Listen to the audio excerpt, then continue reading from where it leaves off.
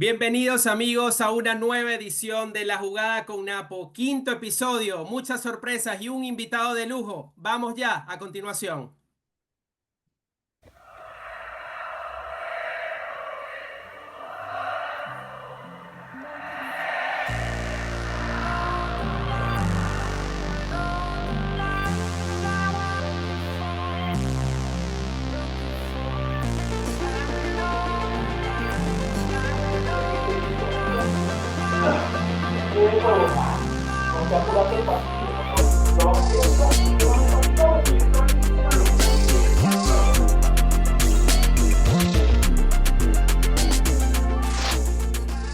Gracias, Ronnie. Bienvenidos a esta quinta edición de En la Jugada con Napo. Estamos muy felices, complacidos, orgullosos, contentos, todo el equipo de En la Jugada con Napo por su aceptación y su acogida en las redes sociales y en nuestro canal de YouTube. Hoy, nuestro quinto episodio, como dice Ronnie, cargado de alegría, de emociones y un personaje increíble, histórico y aparte de un gran amigo de esta casa. Así que, Ronnie, te dejo esta. Bueno, es un honor para mí presentar a uno de los periodistas insignes del deporte venezolano. Puedo decir deporte venezolano y hoy en día del deporte estadounidense también, porque es hasta especialista del hockey. Imagínense eso. Voy nada más y nada menos presentarle al gran Daniel Chapela. Bienvenido, Daniel. Es un honor, como dice Napoleón Centeno, haber aceptado esta invitación y estar con nosotros en este quinto episodio de La Jugada con Napo. Gracias, Ronnie Napo, qué placer, qué honor más bien que me hayan invitado, un gustazo, gracias por las palabras. Y para ir en la onda de Napo, que siempre se le ocurre un chiste, lo más cercano que yo estoy al hockey es el hielo. En todo caso, me gusta el hockey, sí. Imagínate, hay en una historia que hay de ti decía, para que veas como que eres un periodista súper experto, hasta el de NHL que comentas y todo, así que impresionante. Así que buenísimo. Vamos directo al grano, Daniel, y te quiero trasladar al año 1991, Copa América de Chile. ¿Qué nos puede decir de esa época, de ese momento? Bueno, mira, probablemente estemos hablando voy a hacerlo en primera persona, de un punto mm, fundamental para explicar mi carrera, porque fue el primer evento internacional de la selección que cubrí. Napo tuvo mucho que ver en eso, él lo recordará bien, porque yo era un periodista que apenas daba sus primeros pasos y estuve en una concentración de aquella selección en Mérida, en el Hotel Las Terrazas, y Napo me abrió las puertas de la utilería para que pasara la noche allí y pudiera hacer mi trabajo, ¿no? Eh, eran tiempos tan distintos a los actuales, de una selección eh, prácticamente clandestina, poco seguida, poco cubierta, eh, pero digamos desde lo profesional, aquel viaje a Chile a mí me abrió el mundo. Es como esas personas que nunca fueron al mar y en algún momento alguien los lleva a la playa y contemplan maravillado las olas. Bueno, fue la sensación que tuve yo cuando fui a Chile, cubrí aquel evento y tuve contacto además con una manera tan distinta de hacer periodismo, ¿no? Increíble. Napoleón, recordar a Sí, Daniel Chapela en esos wow. inicios, ¿no? En esos inicios y pensar que hubo una previa en Mérida antes de hacer el viaje a Chile para esa disputa. ¿Qué recuerdas de Daniel en esa época? No, sé que es fácil recordarlo porque era el único. Eran muy Importante. pocos. Ahorita el periodista que dentro de 10 años diga cuántas personas estaban cubriendo el partido de Venezuela, Argentina en Miami el 10 de octubre, van a haber miles. Pero en esa época estaba uno solo. Hotel Caribí La Terraza. Me acuerdo que llegó en la mañana muy temprano porque los autobuses salían del Nuevo Circo creo que a las 6 de la tarde y llegaban a las 6 de la mañana a Mérida. Y me recuerdo haberlo visto llegar muy temprano al Hotel Caribí La Terraza y ahí nos conocimos. recuerdo habernos tomado un café, le pregunté si había eh, desayunado, estamos sí, a conversar, y se abrieron las puertas. Yo dije, bueno, mira, primero hay dos cosas que uno evalúa posterior, la calidad de persona y era el primer, digamos, que venía a cubrir la selección nacional. Era algo extraño para nosotros, era algo muy raro. Y la gente decía, ¿y ese quién es? ¿Y ese quién es de los jugadores? El campeón Marcano, y mete Laureano Jaime, todos los que estaban ahí eran puros jugadores que decían, si nadie había venido nunca, ¿no? Y creo que ese recuerdo de Daniel quedó marcado en todos los jugadores y estuvo con nosotros. El profesor Piñarelli estaba muy complacido, se sentaba con él en una mesa, me sí, recuerdo, en el salón, conversaban. Y no era 15 ni 20 minutos, era una hora, hora y media. Y me decía, nah, pues vení acá con su acento uruguayo, vení, decirle, arréglale aquí al chico para que almuerce con nosotros y almorzaba. Yo recuerdo que compartió almuerzo sí, con nosotros en una mesa. sí, sí, Y fue algo que se integró. Y cuando llegamos a Chile, y yo recuerdo que yo estaba en acreditaciones y yo veía a Daniel que se veía la acreditación como que decía, wow, primera vez una acreditación Copa América Chile 1991, ¿no? Y yo decía, wow, pero ¿qué es la historia? Y hubo un momento que el hotel donde estábamos era un hotel, digamos, tranquilo, pero las acreditaciones estaban en el Sheraton. sí, Y ahí se manejaba todo, y ahí íbamos a buscar las credenciales, las reuniones, todo era ahí. Y ahí era el centro de prensa, y ya Daniel tenía su puesto con su máquina para empezar a transmitir. Y yo decía, bueno, primera vez que tenemos a alguien que nos acompaña en la selección. Y por eso que siempre he tenido un gran respeto y un gran cariño por Daniel durante muchísimos años.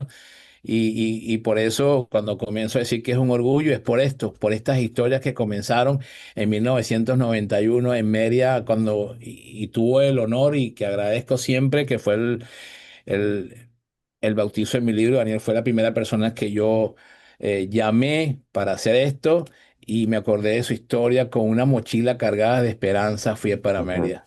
Así que sí, fue muy bueno eso. sí, sí, no, por Daniel, sí, no, no, no, te quería dar la palabra porque rememorar eso es como parte del inicio de tu carrera, ¿no? Y Napo, bueno, en el libro sale, obviamente acá está todo lo que ustedes pueden saber de esos inicios y de la gran historia. También Daniel Chapela tiene unas palabras bien sentidas y bien fuertes para Napoleón. Daniel, hasta hubo un momento donde tuviste, tú lo dices ahí en el libro, puedo adelantar un poco, sí, donde en esas primeras de cambio tú eras, bueno, inexperto, obviamente, un periodista que estaba haciendo, cubriendo su primera pauta internacional y en el mismo libro dices que por la inexperiencia no habías ni siquiera reservado una hora en un hotel o algo para llegar a Chile. ¿Qué nos puedes decir de ese momento, ¿no? Y no, llevar... bueno, sí, sí, sí, lo del hotel fue en Mérida, efectivamente, no tenía Bien. hotel, no tenía hotel. Y recuerdo que efectivamente, como bien contó Napo, me sentaron a la mesa de los jugadores, una mesa larga, eh, donde recuerdo sobre todo a un muchacho tímido de Acarigua llamado Pedro Gallardo, que era un delantero grandote. Recordarás, Napo, que estuvo en Portuguesa, que estuvo en el Caracas, Sí. que también veían todo aquello como algo distinto, novedoso. Bueno, Pedro Faciana, en fin, cantidad de exjugadores, ¿no? Y el profesor Piñanelli, que siempre fue muy generoso. Yo lo había conocido el año anterior en Margarita.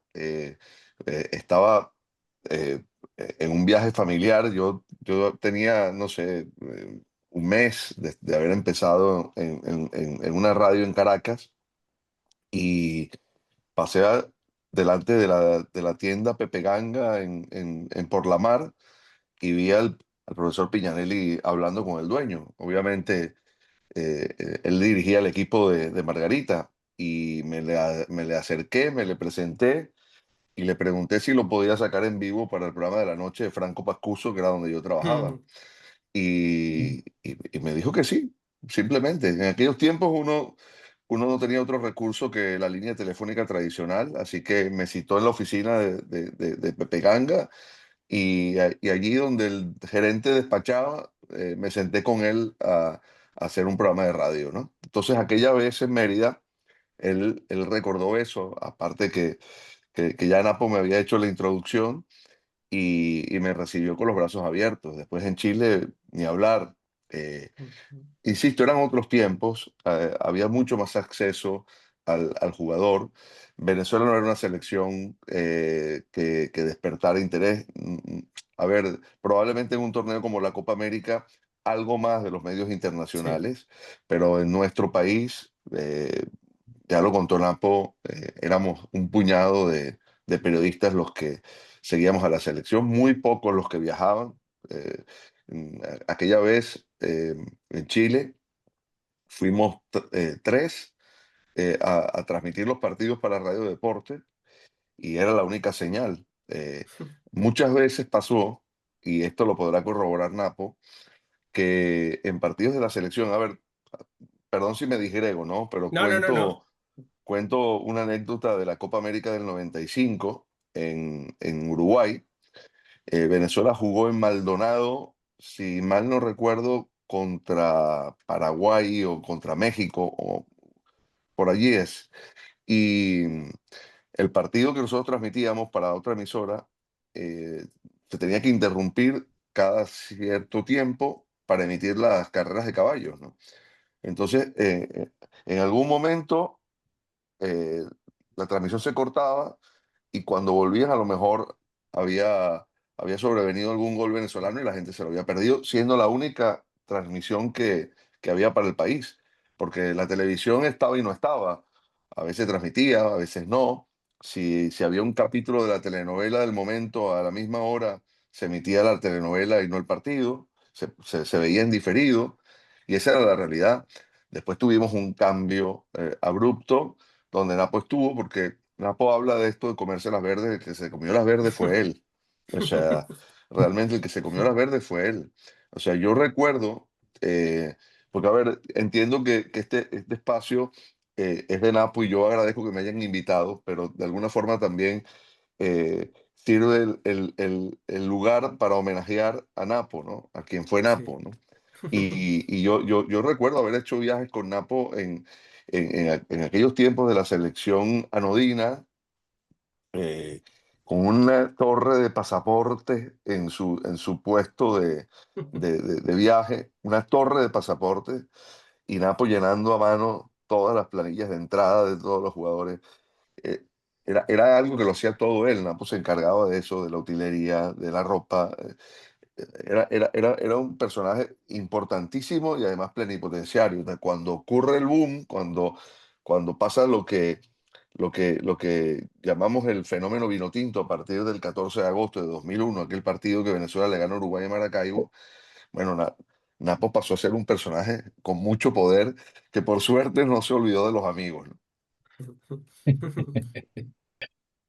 Sí, bueno, Qué fueron, bueno. ¿verdad que ese puñado de periodistas o que comenzaron contigo en esas épocas? Y yo recuerdo unas palabras, hablando ahora, recordando, la memoria se activa y dice un día, creo que en la mañana en el Soto Rosa, no, perdón, en el Lourdes, fue el primer entrenamiento, Sí, en el Lourdes. Y tú me preguntas, pues tú me dices cómo es esto. Yo me acuerdo, ¿cómo es esto? Le digo, bueno, mira, aquí comenzamos así, así, asado. Ellos después que terminen, lo puedo hablar, claro, pues si no había más nadie, habían uno, dos, tres, cuatro de media, todos eran familiares, amigos, no había entrevista. Entonces, Daniel tenía la libertad de hacer una cobertura sí, con los que más podía. Franco Faciana, Gallardo, sí, todas esas personas que fíjate que eran ya jugadores casi que el retiro. Yo pienso que sí, al siguiente mes ya estaban retirados, ¿no? Y estaba un tal sí, José Flores, que era de Anzoátegui, que nunca en su vida lo habíamos visto. sí, Y el ¿te acuerdas zurdo. que jugó el zurdo que jugó de lateral Sí, contra Chile sí, en sí, el sí, sí. Nacional? Todo el mundo decía, ¿quién es ese? No sé, bueno, son jugadores que no teníamos que sacar de donde sea para poder, ¿no? Pero quien estaba al tanto de esos cambios y esos procesos y que hoy en día tiene una autoridad para hablar sobre los procesos y los cambios es Daniel. Porque ahí es donde, cuando a mí me preguntan, yo digo, pero es que ustedes no vieron nada. A veces había que buscar jugadores que ni siquiera estaban en los equipos, anda a buscarlo a su casa para que venga. Qué Sí, barbaridad. sí. Entonces, estos cambios, estas comparaciones de ahorita con lo de antes, a lo mejor no vale la pena, pero sí tiene un valor increíble porque ahora hay donde agarrar, pues con los ojos cerrados. Pero antes, que el jugador que no tenía, si Peñarly me decía, nada, pues vení, puedo convocar uno más, digo yo, ¿por qué? Porque no tienes camisa suficiente. No, no, lo sacaba uno, mete otro. Qué loco. Oye, Entonces, ah, ah, mira, Napo, perdón que te interrumpa, ¿no? Pero es que me hiciste recordar. Primero que le cambié el nombre a Franco Faciana. Le dije Pedro. Lo otro, em, estaba recordando, en estos días estuve junto a José Manuel Rey y Juan Arango en el programa que ellos hacen, y recordé que para el preolímpico de Mar del Plata 96, que de alguna forma es considerado aquel grupo de jugadores en la génesis de la selección del boom. Ahí estaban muchos, pues ahí estaba José Manuel Rey, ahí mm, estaba Gabriel Urdaneta, estaba Rafael Dudamel, y tantos otros, ¿no? Filosa, Luis Filosa, Valderilla Vitales, Pacheco, la media cancha de aquel equipo, Pájaro Vera, Tute Valiente, Gaby Urdaneta y Félix Hernández. O sea, talento puro, Imagínate. talento puro. Castellín y Rubén Morán, los dos delanteros. Era un equipo que ahora lo vemos como un equipazo, ¿no? En aquel momento no era esa la visión, pero lo que iba a recordar es que nosotros salimos, digo nosotros porque yo viajé en el vuelo de la selección, en un un gol, avión de Viasa que, un que, que era, DC-10. era Caracas-Buenos Aires, era el vuelo. Esos vuelos que salían de noche y llegaban a Buenos Aires en la mañana. Y ese avión tenía todavía el sello del Vaticano, porque ahí habían trasladado al Papa en su última visita a Venezuela. Y a la hora de haber despegado, anuncia el piloto que había problemas técnicos en el avión y que teníamos que aterrizar de emergencia en Manaos. Y bueno, efectivamente aterrizamos de emergencia en Manaos, desplegaron los toboganes, nos lanzamos por las puertas, corrimos por la pista como nos pidieron. Ahí estaba Napo, ahí estaban los directivos, ahí estaba aquella selección del 96. Y recuerdo que tuvimos que pasar 9 horas en el aeropuerto de Manaos, esperando para poder volver a Buenos Aires. Había habido, la verdad que se supo después es que hubo una amenaza de bomba porque supuestamente querían matar al Papa, etcétera. Bueno, en definitiva, Dios. que aquel grupo de jugadores tirado en el piso del aeropuerto eh, tenía una camisa vino tinto y una camisa blanca para jugar todo el torneo. Y cuando uno cuenta estas cosas, o sea, Sí. te das idea de la dimensión de lo que era y de lo que después fue, ¿no? Y bueno, lo que logró fue heroico, heroico. O sea, no hay manera de medir eso. Los jugadores no podían cambiar la camiseta, evidentemente, no tenían otra. Y probablemente ese viaje se planificó pensando, Napo, que se acababa en la primera ronda, ¿no? De hecho, nosotros jugamos el primer partido que ganamos con Colombia, Colombia. Colombia, Colombia, Colombia, gol de Tute Valiente, sí, sí. gol de Tute. Ok, ya ahí las cosas, nosotros damos un hotel que se llamaba de Mar de Plata, un hotel módico que no tenía cocina y la comida venía en un catering que se llamaba Elefante Rosa, todos los Sí. mediodías y todas las cenas. Y había que sacar los cajas y servir la comida como si la comida se hiciera en el restaurante, para que el jugador no se diera cuenta, ¿no? Eran unas camionetas Fiat Fiorino, me acuerdo de aquellas camionetitas.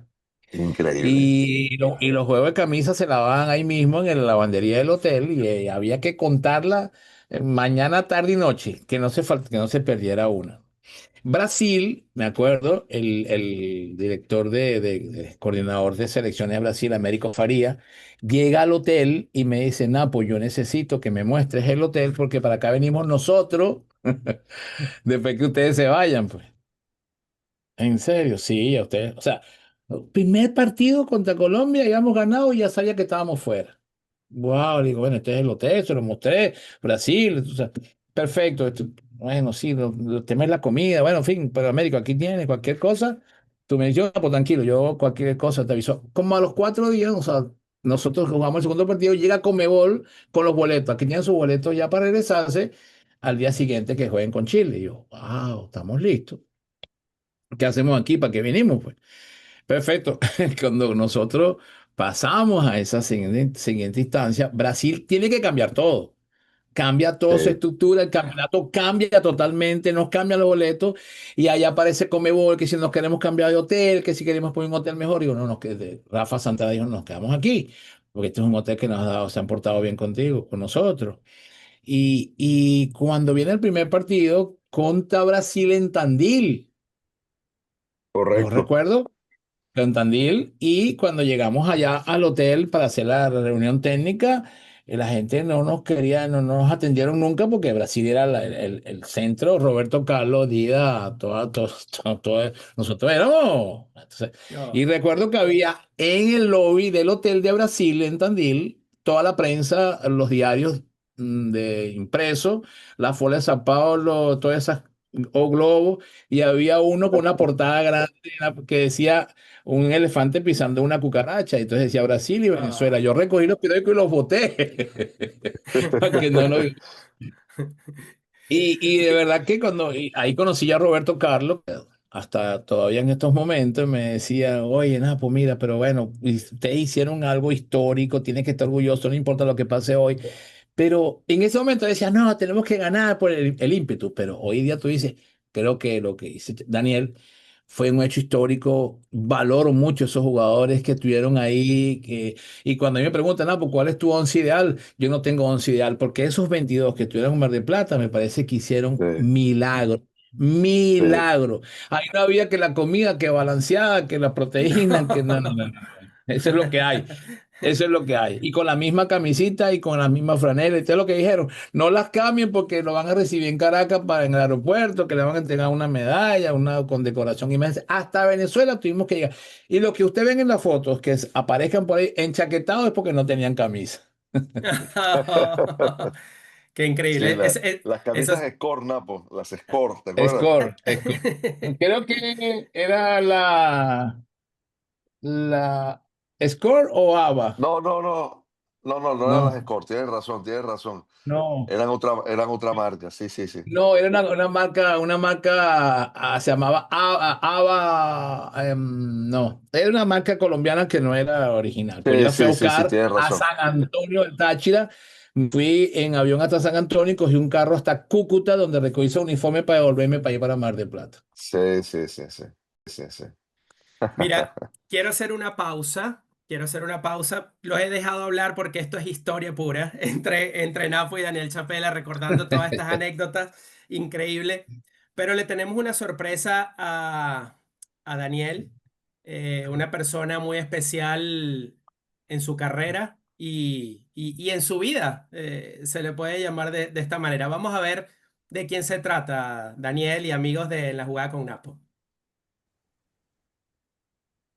Napoleón Centeno, buenos días, ¿cómo estás? Recibe mi abrazo, mi afecto para ti, para todos los compañeros que día a día se afanan en tu programa. Yo quiero enviarte un recuerdo que tengo de mi gran amigo, mi gran hermano, Daniel Chapela. Yo no sé si él sabe lo que yo lo quiero, pero es así. Pero realmente quiero decir que con Chapela y yo he vivido muchas jornadas juntos. Y recuerdo particularmente, a pedido tuyo, una anécdota muy particular. Yo cuando fui a la Universidad Central de Venezuela en el año 87 a dar una charla sobre la Copa América en Argentina, que acababa de llegar yo de allá a cubrirla para el diario El Nacional, entonces Chapela estaba en el público, era un estudiante. Cuando terminó la charla fuimos a tomar café. Fui con varios alumnos, uno de ellos era Daniel Chapela, que me miró con una sonrisa y con unos ojos de promesa, porque se veía que ahí venía alguien que le encantaba el fútbol y que tenía una proyección extraordinaria como talento, como hombre de fútbol. Y yo sabía que aquel hombre que me miraba con ojos de promesa, repito, iba a triunfar. Entonces viene la anécdota. Cuando yo me retiré del Diario Nacional, estaba cansado de aquello, además de casi 30 años, me pidieron en la redacción, la dirección del periódico, que buscara a alguien de la calle. No querían a nadie que fuera de la redacción. Entonces, inmediatamente pensé en Daniel Chapela. Chapela tenía una trayectoria memorable, recordada en la radio, pero no había hecho prácticamente casi nada en el periodismo escrito. Había escrito libros, había hecho radio, pero periodismo escrito no tenía todavía en su currículum. Lo llamé, me senté con él, perdón, me senté con él a hablar en una panadería y lo convencí de que hiciera el trabajo, de que me supliera. Entonces lo llevé a Nacional. A los pocos días de aquello, reunión y todo aquello, a la gente de Nacional les encantó Daniel Chapela, su personalidad, su forma de ser, su formación. A los pocos días yo fui a Nacional a hablar con él y se me acercó y me dice, caramba, mira, aquí la gente se me acerca y me habla preguntándome por ti, porque ellos creen que tú todavía eres el jefe. No, Dani, es costumbre, hábito, tantos años aquí, así pensó la gente. De poco a poco se acostumbrarán a ti.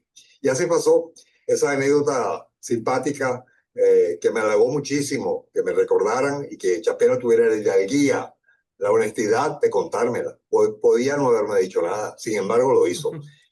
Daniel, a ti me une muchas cosas, muchos recuerdos, muchas cosas vividas, que siguen siendo lugares comunes de nosotros dos, y el fútbol nos ha unido de igual manera. Pero más que el fútbol, más que todas esas cosas del deporte, es la personalidad. Tú y yo somos personas muy afectas, hemos tenido una vida en común, y sigue hacia adelante, Daniel, por bien de ti, lo que estás haciendo en Estados Unidos. Así pues, Napoleón, estás complacido. Profesor. Bueno, un Ah. especial, Daniel. Sabíamos que era un personaje en tu vida que ha marcado una trayectoria y ha marcado un antes y un después en la carrera de Daniel Chapela, sin duda. Bueno, muchas gracias, me emocionaron, la verdad. Fíjate que tenía perdido en algún lugar de mi memoria eso que él contó, que es así como lo contó, en la Universidad Central de Venezuela. Cuando lo conocí, eh, me imagino que para cualquier niño que quiere ser jugador y se encuentra con Messi, eh, bueno, esa fue la sensación que yo tuve cuando lo conocí. Le tenía una admiración enorme. Lo leía constantemente en el Nacional y, conocerlo, interactuar con él. También él fue muy generoso conmigo en los años subsiguientes cuando yo todavía era estudiante y me acercaba a la redacción del Nacional para pedirle consejo, en algún momento incluso para hacerle una entrevista para algún trabajo que tenía que hacer. eh, y después trabajamos juntos en radio, en televisión, cubrimos mundiales con Venevisión, y efectivamente fue de su mano como llegué yo al diario El Nacional. Yo sucedí a Cristóbal como jefe de deportes del Nacional, que es una de las grandes cosas que me han pasado en mi carrera, ¿no? La verdad les agradezco mucho el detalle, y a Cristóbal lo haré personalmente, pero lo hago ahora también por aquí. Muchas gracias también por recordar lo vivido y sobre todo por refrescar la amistad que, aunque no hablamos frecuentemente, sigue allí presente. Qué bonito, qué Eh, bonito. sí, Estas son las cosas que dejan el deporte, Napoleón, y más allá, la sí, amistad. yo creo algo, sí. Yo creo que fui un testigo, ¿no? De toda esa transición entre Daniel, el Cristóbal, el diario, porque yo estaba al tanto de los pocos periodistas que estaban en Meridiano, en Nacional, Universal, y ya sabíamos cuáles eran los movimientos. Entonces, yo me recuerdo y yo le decía a Daniel, Cristóbal, tú eres Cristóbal 2. Tú igualito a aquella noche, Hidalguía, aquel fútbol, aquel Sí, río sí, de sí, hojalata. ¿Te recuerdas? sí, Sí, sí, te decía. sí, Y sí. entonces él me decía, Napo, yo me voy a retirar, pero va a quedar una persona en mi cargo que es el que yo necesito. Es que no tiene nada que hacer, es igual a ti, profesor. Es igual a ti, profesor. Así que no te preocupes, que te va a ir bien. Profesor, sí está bien, ahí se va a quedar por mí, pues, va a mandar a Johnny, va a mandar a... Tranquilo. Sí, Y de verdad sí, que yo tuve la oportunidad de vivir esas transiciones hasta en los diarios, porque yo iba a tomarme un café ahí al ladito del Nacional, que ahí se la pasaba Johnny, ¿cómo claro. se llama? El del béisbol y el tenis, ¿cómo que se llama? Ignacio Serrano. Ignacio, Nacho. Ignacio Serrano. Nosotros cuatro Sí, sí. hablando, tomando café ahí, ¿no? En la esquina del gato, Entonces sí, yo fui tal testigo de cual. eso, en la esquina del gato. Sí, sí, sí, sí. Entonces uno vivía esa transición de los medios de comunicación y ahorita para saber quién es quién es difícil. Y ellos lo que yo digo siempre, en los medios de comunicación y esto, los periodistas que estuvieron ahí, yo creo que son parte integral principal de la historia del fútbol y el cambio en Venezuela. Venezuela. Totalmente. Daniel, sabemos que, bueno, para ahorrar este tiempo y de verdad agradecerte por todos estos minutos que hemos tenido de conversa y de historia, de verdad que nutre mucho lo que han vivido ustedes y es parte, como dice Napo, de la historia de la selección nacional y mucho más allá. Pero tenemos que tener tu palabra de la actualidad. Queremos saber, Daniel, desde tu perspectiva, tu experiencia, más de 30 años siguiendo a la selección nacional, has escrito libros, has hecho, cubierto todos los procesos de la selección nacional. ¿Cómo es tu óptica de lo ocurrido, de lo que se vivió bajo la era del Bocha Batista, lo que estamos hoy en día, los rumores que se están diciendo de los próximos técnicos que puede tener la selección? Tú eres partidario de un técnico nacional, un técnico extranjero.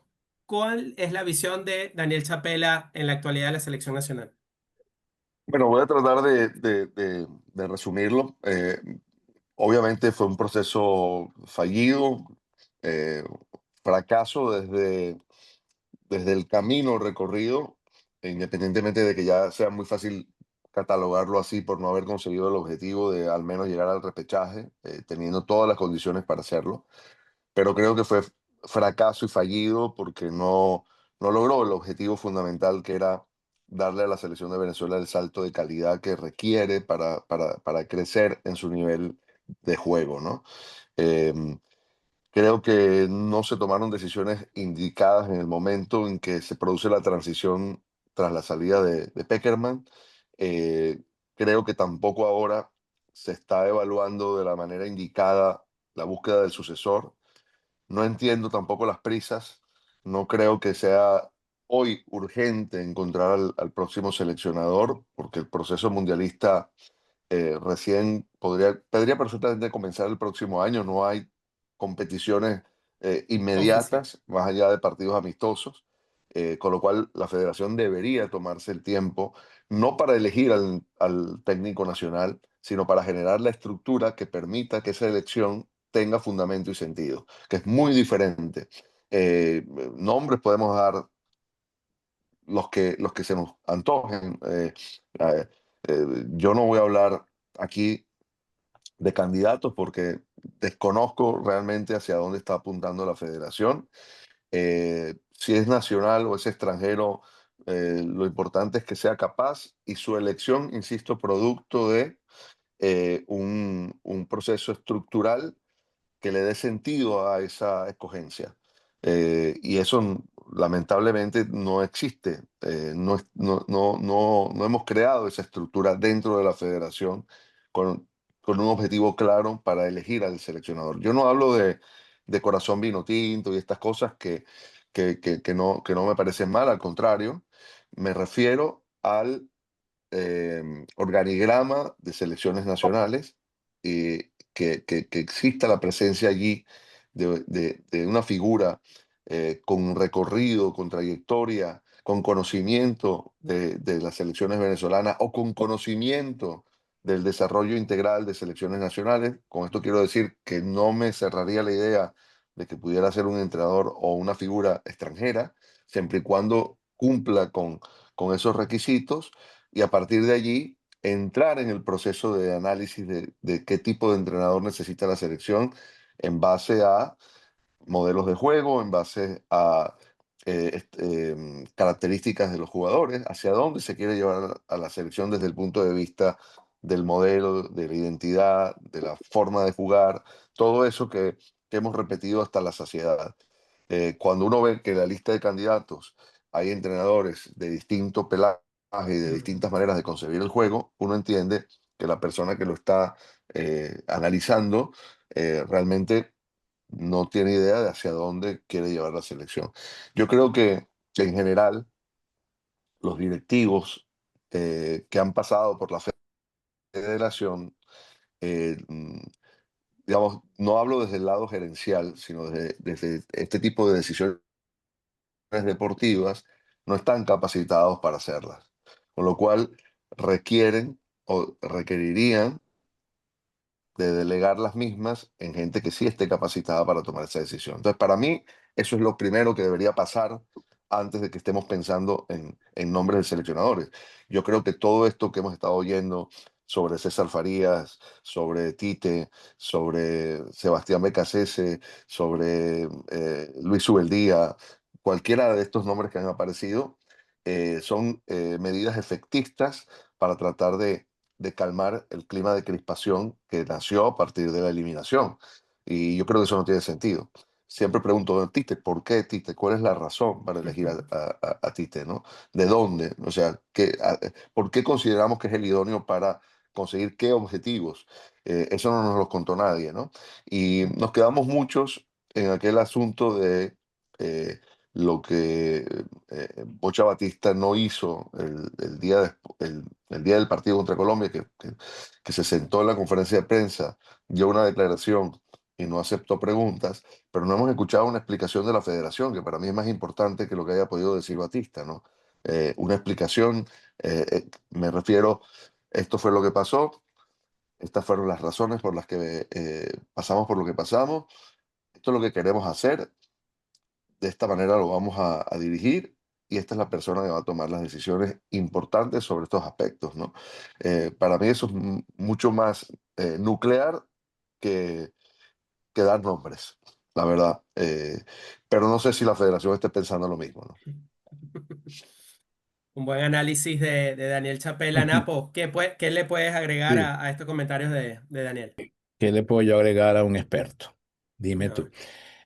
Un técnico como el Tite, para tocar ese caso, que viene de una estructura muy elevada, cuando llegue a la estructura de aquí va a decir, tengo que comenzar de nuevo.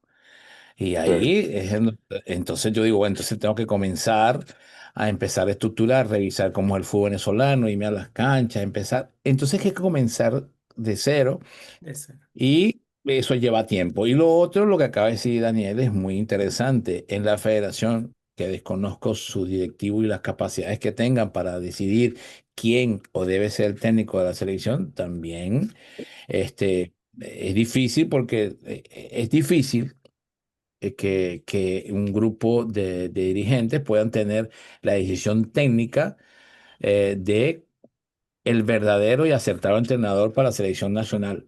Pero acuérdense que no es la selección nacional de mayores, es todas las claro. selecciones, procesos de la formación de jugadores en Venezuela, que nos olvidamos de la Liga de Fútbol Venezolano, donde se estructura Sí, supuestamente lo que alimenta la selección nacional. O sea, si estamos acéfalo abajo, no podemos crecer para arriba. sí, Eso es algo que creo que tenemos que mejorar. Lo que dice Daniel es correcto. ¿Qué vamos a hacer con un técnico ahorita hasta el 2030, Tal 26 que cual, termine el Mundial? tal cual. Gastar dinero con un técnico que venga, me voy y vengo para mi país, me voy y vengo para mi país, me voy y vengo y ¿qué hiciste? Un informe. Y también lo que dice Daniel, ratificando, la federación no ha dicho qué pasó. Porque generalmente los técnicos cuando llegan dicen, mire, yo vine aquí, sí, aquí estoy presentando un informe inicial de las deficiencias o potencia que tiene Venezuela para conquistar el mundial que vamos a ir a la clasificación. Pero al final tiene que hacer uno qué pasó con lo que él presentó al inicio. O sí, sea, tú me Es dijiste así. que te dimos todo. Ahora dame un informe por qué no hiciste. Yo no lo veo. Lo que sí. dice Daniel es correcto. Mira, aquí está el informe del técnico. Él dice que no hizo esto por esto. No lo va a decir nunca. Claro.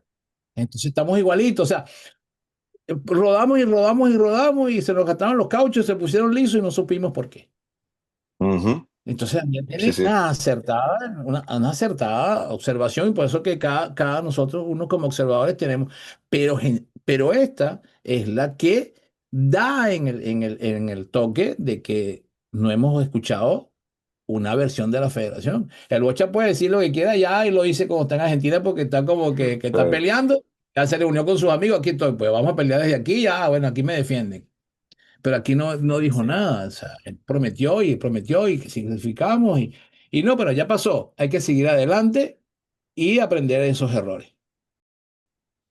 Para cerrar, Daniel, y porque sabemos que tienes compromisos con Apple TV, ¿no? Para cubrir la Major League Soccer.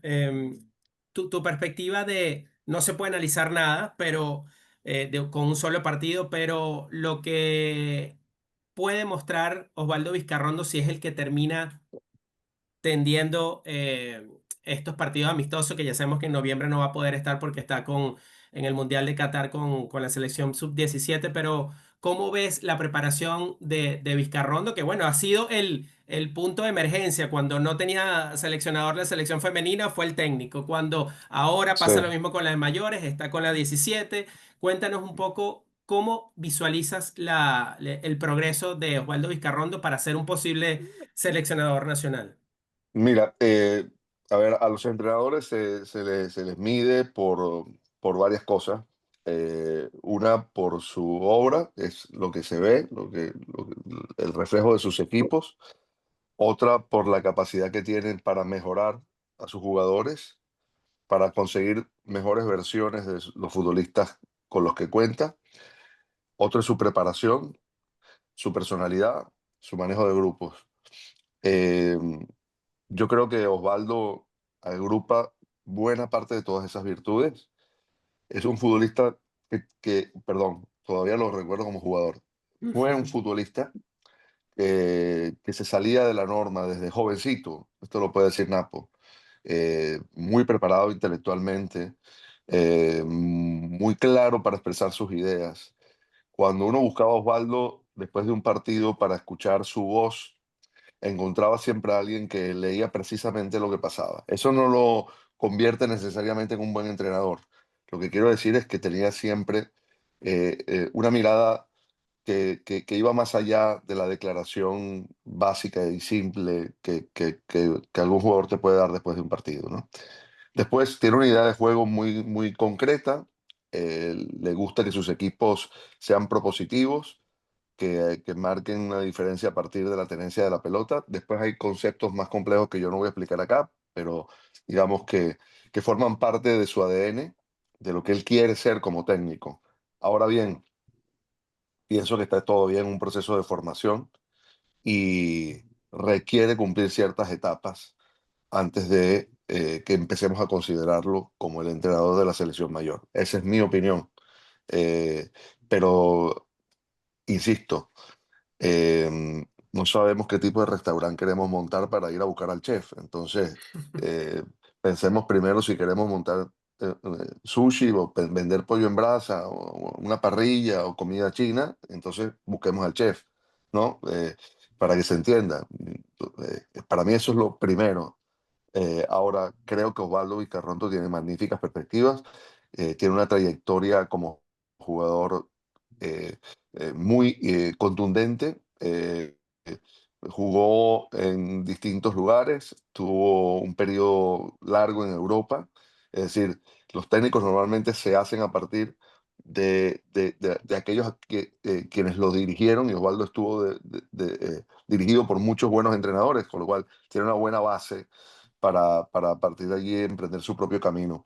Así que espero que, que eso que vislumbramos ahora se materialice en el tiempo, ¿no? Es así, es así.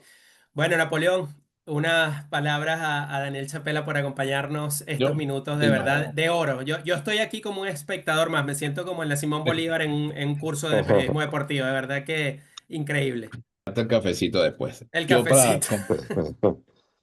para completar lo de Daniel, tiene, y disculpa que sea tan reiterativo, mucha razón. ¿Qué es lo que puede pasar con un técnico como este? No estoy diciendo que Vizca. que puede ser que su recorrido sea más corto, que se le puede sacar más provecho si se le deja rodar, porque desde que yo lo conozco en el sub-20 de Uruguay, que Ujú. fue en enero, nosotros nos fuimos desde noviembre a Buenos Aires, y en esa relación con Vizca y con los jugadores, con todos, yo percibía, y era capitán del equipo, yo percibía su liderazgo, su conocimiento, y me acuerdo que cuando en la selección día de mayores, él siempre me decía, "Napo, la alineación para ver, no, o sea, no te puedo decir, pero mira, tú sabes esto", y siempre tenía un concepto de que ya estaba estudiando y tenía su idea a dónde iba. Ronnie lo acaba de decir, fue técnico de la femenina, fue técnico de la otra, sí, pero va como muy acelerado y Ujú. necesita, creo que, madurar, porque yo creo que mm, Vizca con mayores, que parecía que fue ayer que se retiró, meterlos dentro de un camerino con, con esa cantidad de elementos que se manejan, que es la disciplina, los horarios, las condiciones, todo, son muchas cosas que tienes que tener, que no es lo mismo manejar a sub-23 en la sub-17. Yo pienso que debería llevar un tiempo más de maduración, de que tenga más experiencia y no tratar de irlo sacando del camino con un mal manejo, digamos, que sean, que de la selección. Uno le decía que le vaya lo mejor, pero creo que lleva su tiempo para que Vizca madure o crezca un poquito más en todas las líneas generales que nombró Chapela, pero que sea ya un poquito más maduro y más con una visión más abierta. Eso es lo que yo lo intenté decir la vez pasada, pero creo que Daniel lo puso en el tapete para ratificar. Y para cerrar, Daniel, quiero decirte que reitero, muchas gracias. eh, eh, siempre, por todo lo que le diste, lo que le das, lo que sigue haciendo el deporte, el fútbol venezolano, a la selección, al periodismo, ah, y por tu gran capacidad de, de, de, de, de hablar de las cosas que tenemos de una perspectiva totalmente diferente. Gracias por estar siempre a mi lado, acompañarme en el bautizo del libro, y siempre compartimos en momentos de fútbol entre cafés y cafeses, como decía Cristóbal, Mm. y esta es tu casa, y muchísimas gracias en nombre de todo el equipo en la jugada con Napo, que está pendiente de todos estos detalles como el de hoy, y gracias por estar con nosotros de nuevo. No, gracias a ti, gracias a ustedes, Napo. Fue un placer, un placer. Y bueno, vamos a comprometernos de una vez a darle una segunda parte a esto, aquí o personalmente. Seguro. Qué alegría. Bueno, ya quedó grabado, Daniel. Ya habría una segunda oportunidad con Daniel Chapela más tranquilo porque sabemos que sus compromisos con Apple TV son marcados a nivel Sí. estadounidense. Así que bueno, muchísimas gracias, Daniel, una vez más por tu compañía y será hasta una próxima A oportunidad. Hasta ustedes. luego, Dani. Chao, Dani, gracias. Bueno, increíble amigos, Napoleón, Daniel Chapela, vamos a tomar la palabra porque podemos hacer dos, tres, cuatro infinitos programas con Daniel Chapela por todo su conocimiento y que ha vivido desde el día uno contigo, también desde esa época, el 91, hacia la actualidad, lo que ha sido esta gran historia de la selección nacional. Creo que fue muy poco lo que Sí. pudimos conversar, pero fue tan amplio que pareciera mucho, pero fue poco, porque es verdad que tiene un bagaje de conocimiento, de historia, vivió los momentos difíciles de la selección. Ujú. Hay hechos que a lo mejor no los quise nombrar, pero yo creo que había momentos difíciles de mucho enfrentamiento con la dirigencia del fútbol, porque ellos eran los que decían, Eric Bronner, decían las cosas bien claras, y Directo. por eso es que había un programa que ellos tenían, se llamaba Dentro del Área, algo así. Ujú. Entonces, ese programa, antes tú podías pedir al Ministerio de Transporte y Comunicación una copia del programa, de cualquier programa de radio, tenías que llevar un cassette y pagar 5 bolívares, y el ministerio te daba ese espacio grabado, tú tenías que llevar una carta que el programa de los domingos de la noche, de tal hora en radio tal, te entregaban el cassette y ahí se escuchaban todo para volver porque antes no se repetían en los programas. Entonces Claro, ahí tú claro. escuchabas, entonces, siempre había un enfrentamiento con la dirigencia. Entonces ellos, Daniel y él decían, a fondo, o sea, pues, estamos en A Fondo, el programa más oído en el paraíso. Qué Ok. memoria tiene Napoleón, qué memoria. Napo, bueno, ya como le decía Daniel, hablando de actualidad y de lo que viene para la selección nacional, en noviembre sabíamos en programas anteriores, hoy en día que estamos grabando este episodio, en noviembre, antes se tenía los partidos contra Canadá y Nigeria. Ya el partido de Nigeria se cae. Quiero irte porque en la parte logística tú, estas cosas se ven muchísimo hoy en día, antes no se veían tanto porque se estudiaban, se planificaban. ¿Cómo no saber, Napo, que al adquirir un compromiso con Nigeria en noviembre, sabiendo que a lo mejor Venezuela, pensando que hubiese estado en el repechaje y que Nigeria se jugaba justamente en noviembre, su posible pase a ese repechaje, podía confirmarse este partido? Efectivamente pasó esto. Nigeria pasa a la siguiente fase de la Confederación Africana y va a jugar entre el 13 y 16 de noviembre este compromiso para ellos asegurar desde la Confederación Africana su pase al repechaje que se va a jugar en marzo del próximo año. Entonces, yo creo que hay una mala suerte con Nigeria. Algo así te suena con un tal Owentuye, no sé, por ahí van los tiros. Napoleón, ¿qué nos Charles, puedes Charles decir? Aguantui. Charles Owentuye, ¿qué nos puedes decir antes de contar la anécdota de cómo se preparan estos juegos que ahora puede ser, bueno, nada, ¿no? Eso, eso es muy fácil. Eso se contaron los pollos antes de nacer. A lo mejor eso fue una petición del cuerpo técnico anterior que dijo, Mm, como vamos a clasificar, consígame estos partidos de una vez. Vamos a contra Argentina, fíjate, tiene una relación. Mis amigos argentinos, que yo soy argentino, vamos a conseguir un partido en Miami que está Messi, podemos hacer todo eso. Eso estaba ahí medio programado, ¿no? Al caerse eso, es una cadena de naipes, se cae el partido de Argentina. Me parece que fue un partido por cumplir el compromiso, digamos, contractual, económico, solamente porque ahí no fue nadie ese partido. Y el sí, resultado deportivo, yo no creo que si se analiza, bueno, se analiza y fue muy bueno, 18 pases, ¿qué tal? Sí, pero tampoco era lo que se necesitaba, porque si hubiese sido el equipo que iba para el repechaje, hubiesen venido todos en esta fecha FIFA a jugar y no vinieron. O sea, yo ahí no evalúo mucho el resultado de la selección, pero ya eso, fíjate, Nigeria a lo mejor le iba a servir el partido si Venezuela clasificaba para el repechaje también, eran dos selecciones claro, y a lo mejor claro. ahí podían haber un partido para los dos, pero en vista de eso todo cambió y todo se derrumba.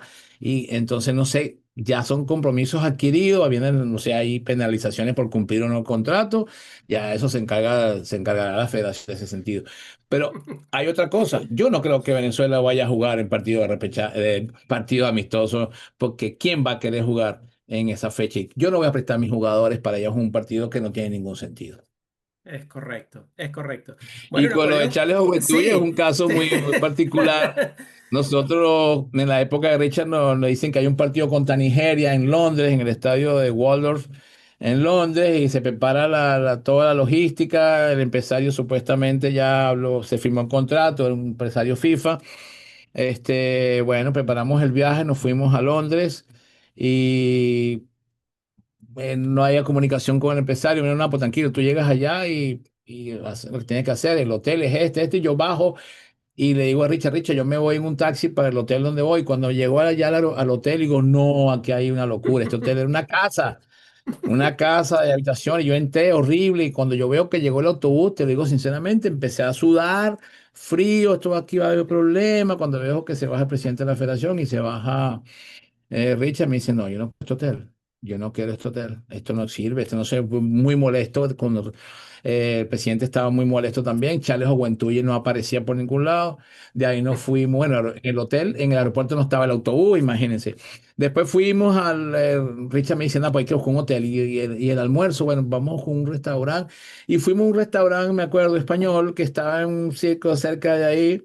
Andaba como Mike Pérez, que era el traductor de logística, El, después habla inglés, el y utility. consiguió un restaurante que estábamos cerca. Yo me fui en un taxi a recorrer lo que era el Círculo de Londres, conseguí un hotel, no conseguía full, full, full, y conseguí uno que me quedaba a una cuadra de ese restaurante. Ahí nos quedábamos, teníamos que ir, tomar solamente el desayuno ahí, almuerzo y cena lo hacíamos en ese restaurante. Total que cuando nos enteramos, era mentira cuando va al banco a retirar el dinero que él había pagado, era un fraude, esa nota era un número que estaba falsificado, total que hubo una molestia general, suspendimos los entrenamientos y decidimos no jugar contra Nigeria. Se tomó la decisión de no jugar y eso causó en ese empresario lloraba. Hay unas gráficas por ahí que yo casi que peleo con él. Eh, y en fin, bueno, cuando estábamos ya listos para no ir, estábamos en una charla para ir de paseo, para irnos ya, porque al siguiente nos íbamos. Llegó el equipo de Nigeria, la selección de Nigeria, llegaba al hotel con Canú y esos jugadores que estaban Cano. ahí se bajaron y dije, oye, por favor, Babayaron. va a estar el estadio, ¿cómo que el estadio? Si nosotros no vamos a ir. Total, si hay muchos venezolanos, llegó la policía y dice, mira, si ustedes no cumplen con esto, bueno, la policía habló con Richard, con nosotros, y Richard se reúne con los jugadores, vamos a jugar. Y le voy a decir, uno de los partidos que me llenó a mí la impresión de que fue uno de los mejores partidos internacionales, perdiendo 1-0 en Londres contra Nigeria, fue ese partido. Y de ahí después para regresarnos fue otra odisea, no conseguíamos el autobús para que nos trajera al aeropuerto. Qué horror. Coquito y yo en la madrugada nos paramos en la autopista, paramos un autobús, así fue en esa época. Pero bueno, Qué locura. O sea que la relación de Venezuela con Nigeria como que como que no no ha va muy sido muy bien. buena. Bueno, la historia pura. Todo Pero eso, señores, ustedes saben dónde está. Detallado, así como lo contó Napoleón ahorita, aquí está. Es que, mira, se me va, se me ahí, ahí, fue. ahí, se me Aquí, fue. aquí. Bueno, en fin, amigos, de verdad ha sido un programa muy especial con Daniel Chapela, la intervención del profesor Cristóbal Guerra, que yo creo que marcó un punto emotivo en el programa de hoy. Napoleón, pero hay que darle gracias primero a las personas que nos han apoyado desde el día uno hasta hoy en día con sus comentarios, con sus mensajes, de verdad lo sentimos con mucho cariño y queremos hacer cada vez un episodio más, mejorando cada vez más para complacerlos a ustedes y bueno, y llevar por supuesto las anécdotas, la historia del gran coordinador eterno como Napoleón Centeno en la jugada con Napo. Napo, tus palabras y también agradecer a los auspiciadores, porque sin ellos sería Así es. tampoco imposible estar No, acá. gracias, Ronnie, gracias y gracias a todos ustedes, a todos los que están pendientes de nuestro podcast. Y bien, no tenemos una lista de invitados y vamos tachando día a día cada episodio. Ya llevamos 5 tachados y el que viene va a estar bastante emotivo. Va a ser una personalidad de fútbol que estuvo con nosotros en la selección nacional. Gracias a todos de verdad por sus comentarios, por seguirnos, estamos muy felices por los números que vemos cada día y gracias de nuevo. Pero también quiero agradecer a 24/7 Envíos a Venezuela, una empresa logística de transporte y servicio aduanal que hace entregas puerta a puerta a Venezuela y Colombia. Aquí en Orlando lo puede conseguir en este número, al 321-318-5748. Y en Instagram, 24/7 envíos. 24/7 envíos en Instagram. Y ahí puede preguntar por Giancarlo, dígale que es de parte de en la jugada con Napo.